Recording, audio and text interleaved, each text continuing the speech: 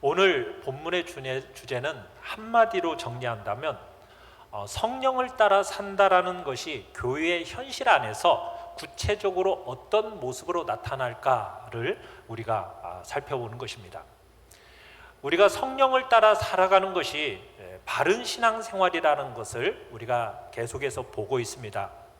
우리가 육체를 따라 살면 우리의 삶이 온갖 어그러지고 아픈 일들이 생기지요. 반면에 성령을 따라 살면은 귀한 열매를 맺습니다. 이 진리를 우리 교회의 현실 속에서 구체적으로 적용하면 성령을 따라 산다라는 것이 도대체 어떤 형태로 나타나는 걸까, 표현되는 걸까? 여러분, 성령을 따라 산다라는 것을 우리에게 익숙한 표현으로 바꾼다면은 신령하게 산다라는 말로 바꿀 수가 있습니다. 여러분, 어떤 사람이 신령한 사람입니까? 우리가 신령한 사람 하면은 이런 주제에 대해서 이야기하면 많은 성도들이 어떤 개인적인 경험, 신비한 특별 체험이나 어떠한 은사 체험을 주로 생각하는 경향이 있습니다. 기독교 신앙 안에는 물론 하나님이 성령을 통해서 은사를 주십니다. 신비한 체험도 주시고요. 그래서 하나님과 나만이 아는 그런 비밀을 가지고 살게 하십니다.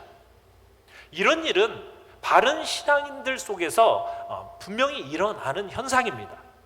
그러나 성경이 말하는 그 신령하다 혹은 신앙이 잘 자라고 있다는 것은 어떤 개인적인 신은사 체험이나 신비 체험으로 확인되는 게 아닙니다. 성경이 말하는 신령함은요, 사람들과의 관계를 어떻게 맺는가에 의해서 판별되어진다는 것입니다.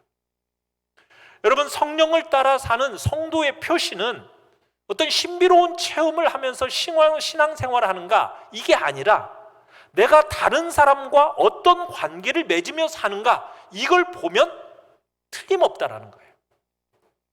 우리가 지난번에 갈라디아서 5장 19절로 21절의 말씀에서 육체의 일을 따라 살 때 어떤 결과들이 나오는지에 대해서 살펴봤어요. 육체의 결과들 6가지, 15가지의 결과물들이 나온다라는 것을 우리가 살펴보았습니다. 자, 그런데 그 15가지의 결과물 중에서 그 반 이상이 넘는 8가지가 무엇이었습니까? 어그러진 관계와 관계된 것이었어요. 그에 비해서 우리가 지난주에 봤던 성령을 따라 살면 성령의 열매를 맺게 되는데, 그 열매는 어떤 일이 일어난다는 거였습니까? 관계 회복이었습니다. 9가지 열매 중에서 첫 번째 3가지는 하나님과의 관계였고, 두 번째 3가지는 이웃과의 관계였고, 마지막 3번째는 자기 자신과의 관계였어요. 이 관계 회복이 일어난다라는 거, 우리가 그것을 확인할 수 있었습니다. 그런 것처럼 하나님의 성령을 따라 살고 우리가 성경이 말하는 방식으로 신앙생활을 하면은 관계의 변화가 옵니다. 여러분, 바른 관계를 맺는다라는 것은 무슨 사교성이 좋다, 무슨 인사성이 바르다, 사람들과 잘 사귄다, 이런 말이 아닙니다. 그것은 기질에 따라서 사교성이 좋은 사람들이 있는 거예요. 비록 사교성은 모자랄지라도 바른 관계를 맺을 수가 있습니다. 하나님과 바른 관계를 맺을 수 있고요, 이웃과 바른 관계를 맺을 수가 있는 거예요. 여러분, 그런 관계 회복이야말로 성령을 따라 살아가는 삶에 있어서 가장 중요한 핵심이에요. 이것이 신령한 성도에게서 발견되어지는 신앙생활의 모습입니다. 바른 관계 속에서 성령을 따라 사는 사람의 모습의 구체적인 모습이 어떻게 드러날까? 오늘 본문에서 부정적인 모습과 긍정적인 모습으로 각각 하나씩 나옵니다. 먼저 부정적인 모습을 하나 보겠습니다. 1번 같이 한번 읽어보겠습니다. 시작. 헛된 영광을 구하지 말라. 자, 본문 26절, 5장 26절을 함께 같이 한번 읽어보겠습니다. 시작. 헛된 영광을 구하여 서로 노엽게 하거나 서로 투기하지 말지니라. 자, 여기서 헛된 영광을 구하여 라고 할 때 여러분, 그 앞에 단어 하나만 추가하면 뜻이 분명해집니다. 여기서 자기의 헛된 영광입니다. 자기의 헛된 영광. 자기의라는 단어를 집어넣어 보십시오. 여러분, 성령을 따라 살아갈 때 자기 자신을 위한 헛된 영광을 구하지 않는다라는 거예요. 여러분, 헛된 영광이란 게 무엇이냐면 자기 자신의 능력이나 중요성을 과하게 표현하는 겁니다. 그래서 사람들은 실제 자기 수준보다도 더 많이 인정받고 싶어하고 칭찬받고 싶어해요. 이게 헛된 영광을 구하는 겁니다. 사람들은 자신의 그 능력과 실제와 상관없이 높이 인정받으려는 그런 경향이 있어요. 자기가 가지고 있는 것보다 더 높이 칭찬받고 더 인정받으려는 경향. 이게 자기의 헛된 영광을 구하는 겁니다. 이것은 필연적으로 그렇게 구하면 두 가지 결과가 나오게 돼 있어요. 그 본문을 계속 보시면은 어떤 일이 일어나느냐? 하나는 서로 노엽게 합니다. 노엽게. 여기서 노엽게 한다는 말은 무슨 뜻이냐면 결투를 신청한다는 말이에요. 문자 그대로 자신의 우월성을 믿고서는 상대방에게 결투를 신청해서 입증하려는 태도를 얘기합니다. 자기를 상대적으로 높이 평가해서 다른 사람에게 자신의 우월성을 입증하려다가 상대방을 노엽게 만드는 거죠. 그 다음으로 상대적으로 자신이 부족하다고 여기면 어떤 일이 일어나느냐? 질투하게 됩니다. 상대가 가지고 있는 그 귀한 것들이 자신의 영혼을 상하게 만드는 거예요. 그러면 괜한 분함이 일어나고 억울함이 만들어져요. 그러면서 끝없이 질투합니다. 남들이 나보다 못한 것처럼 보이기 때문에 그것들을 입증하려고 드러내고 싶어하는 경향. 여러분, 그것은 성령을 따라 살아가는 사람들의 모습이 아니라는 거예요. 교회 안에서 성도들이 성령을 따라 살아갈 때는요, 각각 자기보다 남을 낮게 여기는 겁니다. 높이 보는 거예요. 자기보다 이웃을 끝없이 섬기는 것을 기쁨으로 여기고 즐거워하고 특권으로 여기는 것입니다. 여러분, 진정한 성도의 삶이라는 것은 비교나 경쟁을 하는 게 아니에요. 다른 사람을 나보다 낮게 여기는 겁니다. 높이 여기는 거예요. 그래서 그 사람을 섬기고 봉사하고 희생하는 것. 여러분, 이것이 성령을 따라 관계를 맺는 중요한 증거입니다. 여러분, 성도들끼리를 비교하면서 내가 그래도 저 사람보다는 더 잘 믿는 사람 같아. 여러분, 이렇게 여긴다면 그건 세상의 정신입니다. 그건 육체적인 거예요. 성도는 서로 비교하면서 내가 저 사람보다 더 높다, 우월하다 이렇게 생각하는 게 아니라 저 사람이 나보다 더 낫다, 더 높여주는 거예요. 그래서 그를 섬기는 것을 기뻐하고 즐거워하는 것이 그게 성도의 모습이라는 거예요. 여러분, 교회가 세속화된다라는 말은 무슨 뜻이냐면 세속화라는 것은 교회의 외적인 면으로 드러나는 것이 아니라 교회의 내적인 면에서 세상적인 기준이 들어와 있는 것을 얘기하는 것입니다. 관계가 세상적인 방법으로 맺어지면요, 그건 위험한 거예요. 우리 그거 알고 조심해야 되는 것이죠. 그렇다면 여러분, 성령을 따라 사는 성도들이 교회 안에서 긍정적으로 그러면 힘쓰고 애써야 할 것은 무엇일까요? 2번을 같이 한번 읽어보겠습니다. 2번입니다. 시작. 서로의 짐을 지라. 서로의 짐을 지라. 자, 본문 2절의 말씀, 6장 2절의 말씀을 같이 한번 읽어보겠습니다. 시작. 너희가 짐을 서로 지라. 그리하여 그리스도의 법을 성취하라. 여러분, 성도들은 관계를 맺으면서 서로 짐을 져주는 거예요. 다른 사람이 지고 있는 그 무거운 짐을 볼 때 여러분, 그냥 지도록 내버려 두는 게 아닙니다. 함께 짐을 나눠지는 거예요. 내가 짐을 지다가 너무 힘들잖아요. 그러면은 다른 사람의 도움받는 것을 여러분 두려워하지 않는 겁니다. 짐을 서로 지는 공동체, 그게 바로 교회 공동체입니다. 여러분, 교회 안에서 저 사람은 참 신앙을 참 잘 자랐다, 믿음이 잘 자랐다, 정말 성령이 충만하고 성령이 인도되는 대로 지금 사는 사람이다. 여러분, 그렇게 말할 때 그 증거가 무엇일까요? 자, 우리 로마서 15장 1절의 말씀 우리 함께 같이 읽어보겠습니다. 시작. 믿음이 강한 우리는 마땅히 믿음이 약한 자의 약점을 담당하고 자기를 기쁘게 하지 아니할 것이라. 믿음이 잘 자라서 강한 믿음을 갖고 있는 사람은 어떤 사람이라고 얘기하고 있어요?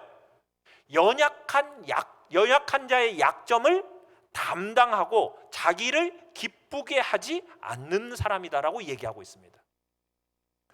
세상은 조금이라도 더 나은 것을 붙들려고 해요. 그리고 자꾸 남을 무시합니다. 자기를 드러냅니다. 헛된 자랑을 붙들려고 합니다. 그러나 성령의 인도를 따라 사는 여러분 성도는요, 그렇게 하질 않아요. 약한 자의 약점을 내가 담당하는 겁니다. 짐을 져주는 거예요. 다른 사람의 그 약한 것으로 나를 기쁘게 하지 않는 겁니다. 그 약점을 붙들고서는 그 사람을 괴롭히면서 나를 기쁘게 하는 게 아니에요. 여러분, 그게 교회 공동체고 그게 생명 공동체의 특징인 거죠. 여러분, 성도가 이렇게 살면 그리스도의 법이 이루어진다고 그랬어요. 그리스도의 법이라는 게 무엇입니까? 예수님께서 이 세상에 오셔서 율법의 모든 요구를 다 이루셨어요. 율법의 요구를 다 이루신 예수님께서 우리에게 한 법을 주셨죠. 요한복음 13장 34절에서 35절 우리 같이 한번 읽어보겠습니다. 시작. 새 계명을 너희에게 주노니 서로 사랑하라. 내가 너희를 사랑한 것 같이 너희도 서로 사랑하라. 너희가 서로 사랑하면 이로써 모든 사람이 너희가 내 제자인 줄 알리라. 여러분, 사랑이라는 것은 뭐냐면, 사랑한다라는 것은 종노릇한다라는 거예요. 사랑은 뭐 베풀어 주는 게 아닙니다. 사랑이라는 것은 종이 되지 않으면 할 수 없는 것입니다. 우리 주님께서 하늘 영광을 버리시고 이 땅에 오셔서 우리와 똑같은 몸으로 이 땅에 오신 이유가 뭐였습니까? 우리의 죄짐을 대신 지시는 거였어요. 그러면서 십자가에 달려 돌아가신 거 아닙니까? 그게 사랑이 만들어내는 종노릇이었어요. 사랑은 누군가의 종이 되지 않으면요, 절대로 할 수 없는 것입니다. 어떻게 하는 것이 종노릇입니까? 짐을 지는 거예요. 짐이라는 것은 누가 지는 거예요? 주인은 짐을 지지 않습니다. 종이 짐을 지는 거지요. 그래서 너희가 짐을 서로 지라는 거예요. 그 짐을 지라고 할 때 한마디로 뭐래요? 사랑으로 서로 종노릇하라는 거죠. 종노릇. 공동체 안에서 연약한 자들을 볼 때 그 짐을 함께 나눠지는 것입니다. 여러분, 교회라는 공동체는 완성된 사람들이 모여서 사랑을 나누는 공동체가 아닙니다. 여러분, 우리가 다 아는 것처럼 우리는 완성된 사람들이 아니에요. 다 허물과 실패와 연약함, 그 한계가 있다라는 거 다 고백하지 않습니까? 여러분의 예수 그리스도를 믿는 그 연조가 더해졌다고 해서 주님을 닮아가기는 하지만, 그렇지만 그 닮아감이 너무 더디다라는 것이 고백되어지는 것이 우리의 모습 아닙니까? 이게 우리 모두의 경험이잖아요. 교회라는 곳은 완성된 사람들이 모여서 마음껏 서로 사랑을 나누는 공동체가 아니에요. 교회에는 여전히 허물과 약함과 실패와 한계를 가지고 있는 사람들이 모여있는 공동체입니다.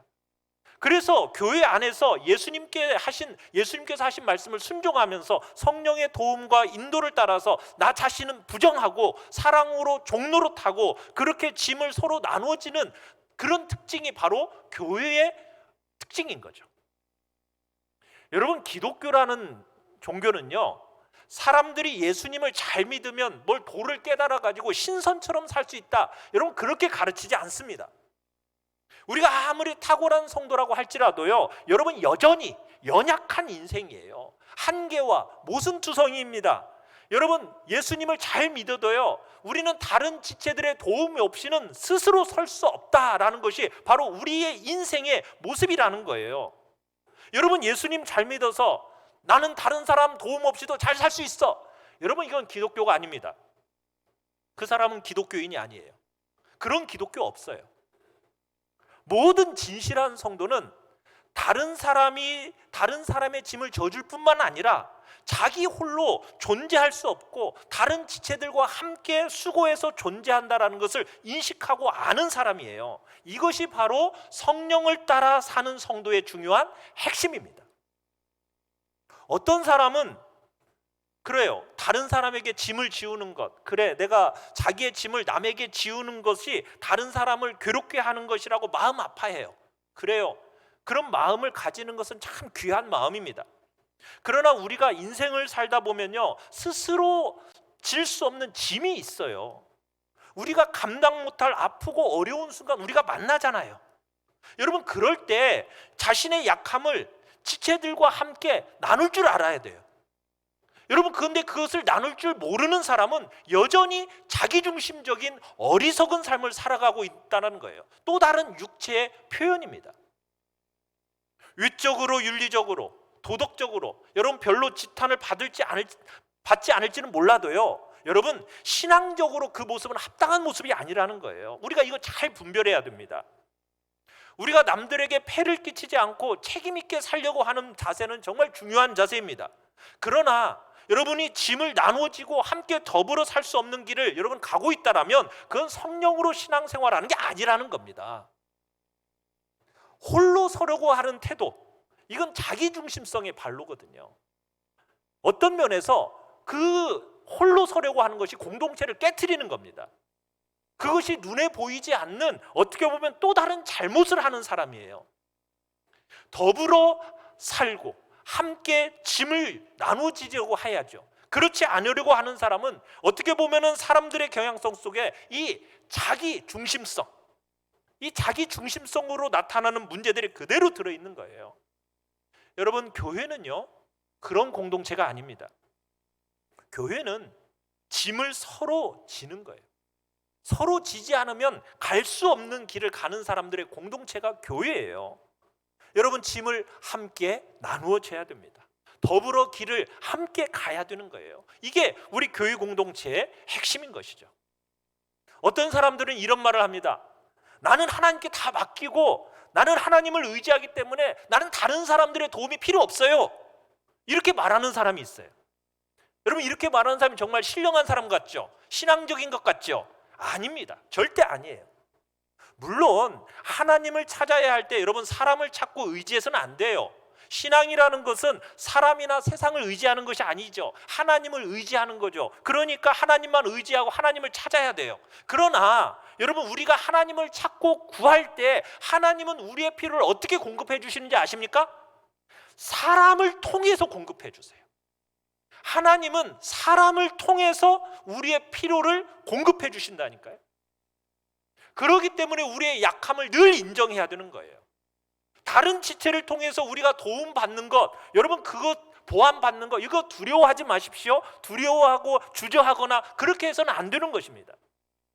자신의 한계와 자신의 약함을 빨리 인정하고 우리가 짐을 나눠지고 더불어 살면서 함께 자라가는 공동체가 바로 교회인 거죠.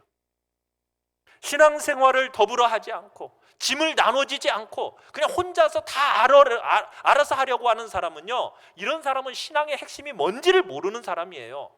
여러분, 자기가 경험한 어떤 종교적인 체험 하나 딱 붙들고서는 다른 사람 아무렇게 대하는 사람, 그런 사람은 성경이 말하는 신령한 사람이 아닙니다. 성경이 말하는 신령한 성도라는 것은 짐을 나누어지는 사람이에요. 서로의 도움을 필요로 하고 그런 자신을 잘 알고 인정하는 사람, 그 사람이 바로 성경이 말하는 신령한 성도인 거죠. 자, 그렇다면 본문 속에서 우리는 짐을 나누어지는 이 구체적인 사례를 보게 돼요. 우리가 공동체 안에서 어떤 짐을 나눠져야 될까요? 우리 3번을 같이 한번 읽어보겠습니다. 3번입니다. 시작. 죄에서 서로를 바로잡으라. 오늘 본문 6장 1절을 같이 한번 읽어보겠습니다. 시작. 형제들아, 사람이 만일 무슨 범죄한 일이 드러나거든 신령한 너희는 온유한 심령으로 그러한 자를 바로잡고 너 자신을 살펴보아 너도 시험을 받을까 두려워하라. 자, 여기서 신령한 너희는 이라고 부르고 있습니다. 우리를. 여러분, 우리가 신령하다라는 것은 어떤 단계를 넘어선 성도를 가리키는 게 아닙니다. 성령의 인도를 따라 살아가는 성도를 가리키는 말입니다. 신령한 너희는 어떻게 하라고 얘기하고 있습니까? 공동체 안에서 죄를 지은 사람이 드러날 때 여러분 두 가지 잘못된 반응을 하지 말라는 거예요. 어떤 반응입니까? 우선 사람이 어떻게 그런 죄를 지을 수 있어? 여러분, 그렇게 하면서 비난하고 정죄하고 판단하고 내치지 말라는 것입니다. 여러분, 사람들은요, 믿었던 사람에게서 어떤 죄를 발견하면요, 실망합니다, 분노합니다, 비판하고 정죄합니다. 사람을 신뢰하다가 실망할 수 있다고 표현하지만은 여러분 그 이면에 뭐가 있는지 아세요? 나는 그렇지 않다라는 어떤 헛된 자기 자랑이 그 안에 들어 있어요. 그렇기 때문에 어떤 특정한 사람의 허물을 지나치게 비판하는 겁니다. 우리 한국 사회는 좀 그렇죠. 유명한 사람들이 좀 실수하거나 허물이 드러나면요, 기다렸다는 듯이 그냥 벌떼같이 일어나가지고 그 사람의 어떤 명성과 아름다움을 한순간에 다 짓밟아 버려요. 다시는 재기하지 못하도록 비난하고 비판해가지고 여러분 그 사람이 가지고 있었던 그 훌륭함이나 아름다움까지도 전부 몰살시켜 버립니다. 이게 우리 사회가 가지고 있는 정말 얄팍함이요 어리석음이죠. 여러분, 성도는 비난하고 비판하고 정죄하고 내치는 사람이 아닙니다. 또 하나의 극단이 있어요. 뭐냐면 죄가 드러나면 자꾸 그냥 덮어주고 지나가려는 극단이에요. 죄가 밝혀질 때 생기는 문제, 또 골치 아픈 일, 이런 것을 두려워해서 그냥 덮고 지나가요. 그러면서 죄 짓지 않는 사람 어디 있어? 누가 있어? 그러면서 그냥 지나가려고 합니다. 여러분, 이것 또한 성경적인 자세가 아닙니다. 오늘 본문 1절에서 우리에게 어떻게 짐을 나누지라고 얘기하고 있죠? 무슨 범죄한 일이 드러나거든 신령한 너희는 온유한 심령으로 그러한 자를 바로잡으라 이렇게 얘기하고 있어요.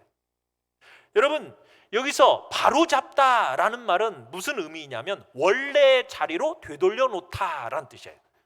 이게 헬라어 원어의 뜻에서는 이런 겁니다. 골절되어 이탈된 뼈를 원래 있는 자리로 꿰어 맞춘다. 우리의 어깨가 탈골이 됐어요.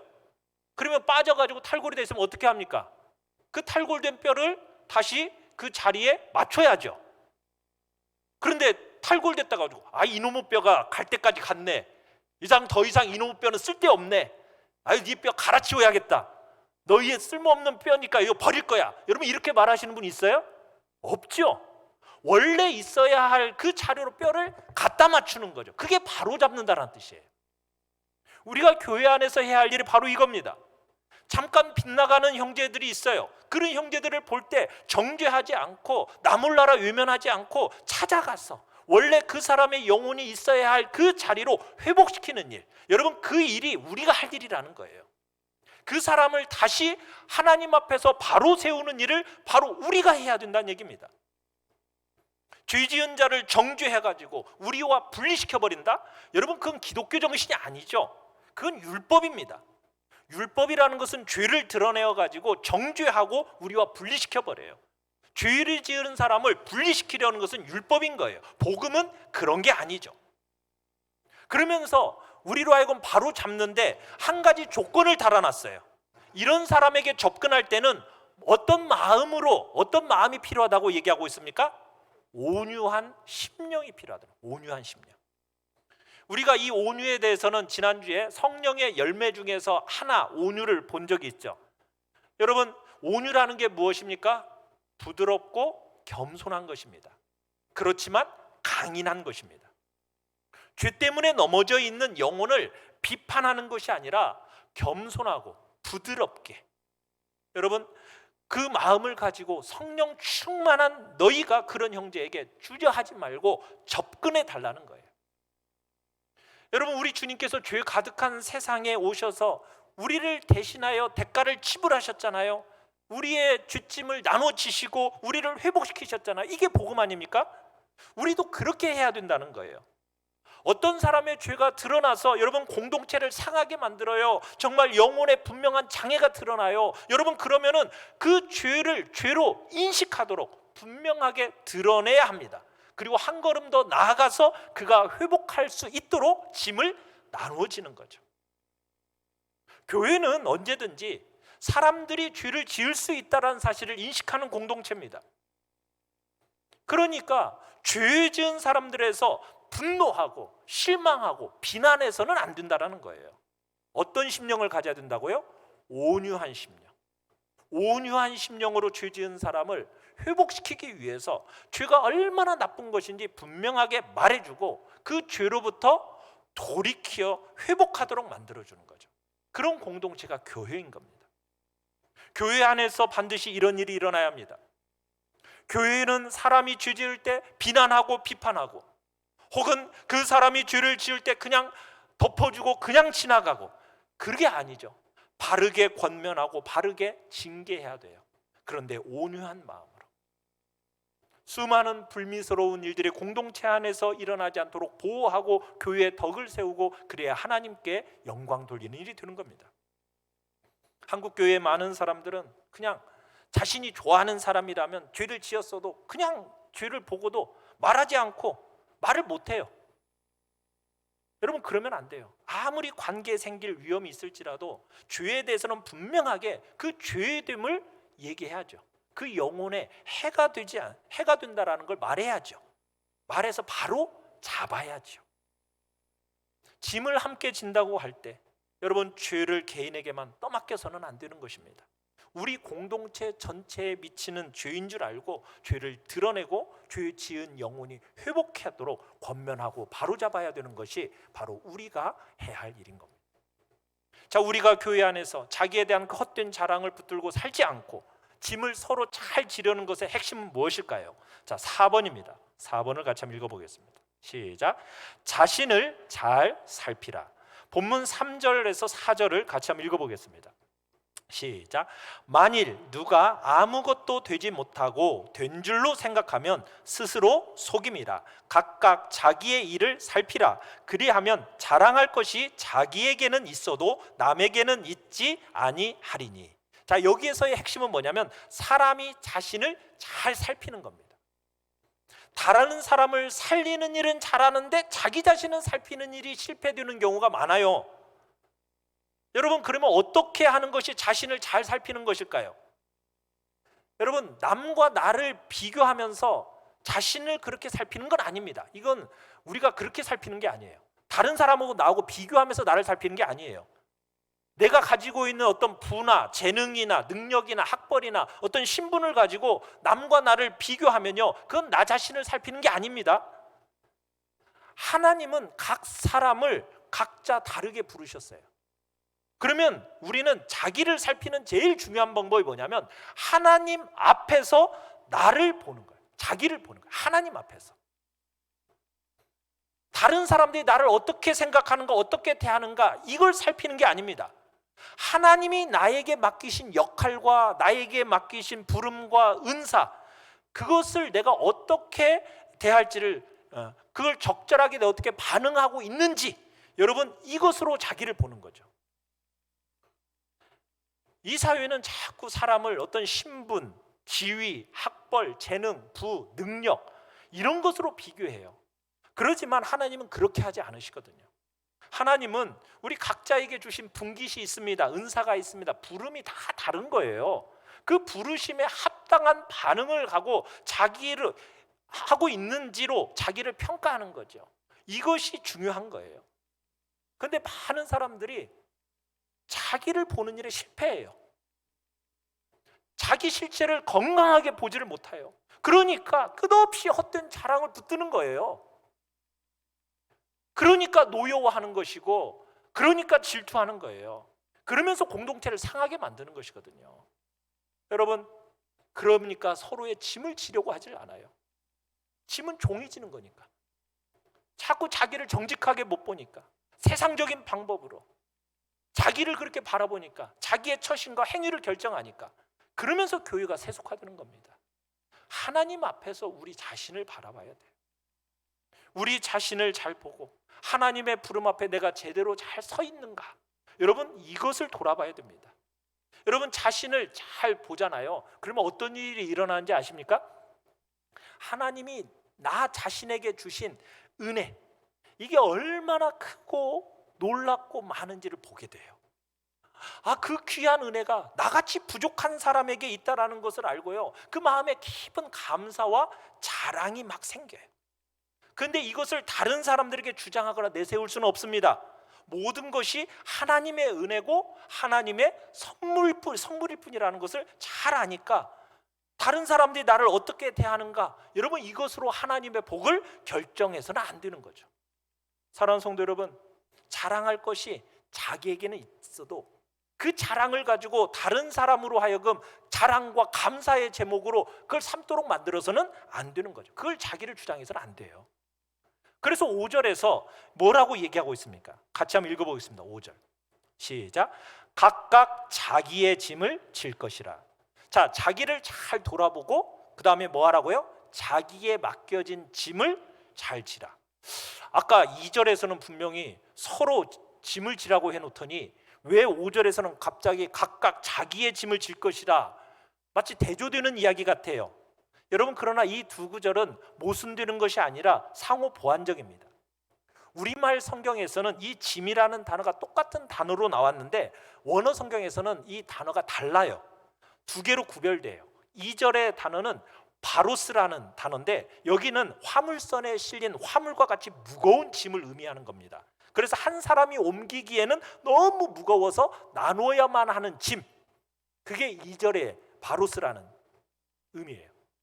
5절에 나오는 짐은 포르티온이라고 해서 책가방처럼 한 사람이 메고 멜 수 있는 여행 가방을 의미합니다. 그래서 이동할 때 쉽게 나를 수 있는 짐을 얘기하죠. 그러니까 무슨 얘기를 하는 거예요? 자기 몫의 가벼운 허물과 짐은 스스로 잘 감당하고 스스로 짊어지라는 거예요. 그러나 다른 지체들이 홀로 질 수 없는 무거운 짐, 그 무거운 짐을 지고 있으면 어떻게 하라는 겁니까? 함께 나누어서 서로 짐을 져주라고 지금 권면을 하고 있는 것이죠. 사랑하는 성도 여러분, 교회는 서로 싸움을 걸거나 질투하지 않습니다. 서로 짐을 져주고 서로를 책임 있게 대하는 공동체입니다. 더불어가 아니면 살아갈 수 없는 사람들의 공동체가 바로 교회입니다. 서로입니다. 서로의 짐을 지고 더불어 함께 자라가고 더불어가 아니면은 존립이 불가능한 것, 그게 바로 성도요 교회인 거죠. 세상은 관계가 일그러지고 다 깨졌어요. 그러면서도 그냥 지나가려고 하는 것이 세상입니다. 그러나 교회는 어떤 곳입니까? 성령의 인도를 따라 살아가는 그 성도는 어떻게 신앙생활을 하는 것입니까? 어떻게 서로를 대하는 것입니까? 여러분, 우리를 이 땅에 남겨놓으셔서 함께 신앙생활하는 이 공동체를 우리에게 허락하신 이유가 무엇입니까? 주님이 우리를 대하신 것과 똑같이 서로의 짐을 나누고 책임 있게 서로에 대해서 힘을 다해서 섬기라고 우리를 함께 이 땅에 남겨놓으시고 모아놓으신 거예요. 우리 한 사람이 얼마나 훌륭하게 잘 성화되었는가, 탁월한 인격으로 드러나, 이게 목적이 아닙니다. 내가 얼마나 도덕적으로 특출한가, 세상으로 그렇게 특출한 존재로 섬길 수, 이게 아니라 우리가 이 세상에서 신분과 지위가 높아야 세상이 우리를 주목하는 것, 이게 아니라 세상이 보편적으로 사는 것과 다른 눈, 다른 방식, 이렇게 사는 것이 우리가 사는 생명 공동체, 교회 공동체가 되어야 되는 거예요. 우리가 아무런 관계 없습니다. 피 섞이지 않았어요. 그렇지만 우리는 서로를 향해서 피부치같이 책임지고 서로에 대해서 짐을 나눠지면서 다른 사람의 유익을 위해 복되게 더불어 함께 가는 그런 교회가 되기를 간절히 바랍니다. 우리 모두가 함께 교회 한 공동체로 이루어주신 하나님 앞에서 서로를 사랑하고 서로의 짐을 지고 성령의 인도를 따라서 바르게 섬김으로 말미암아 여러분 안에 그 강건함을 얻는 복된 역사가 있기를 간절히 축원합니다. 우리 시간 같이 찬양하며 기도하며 나아가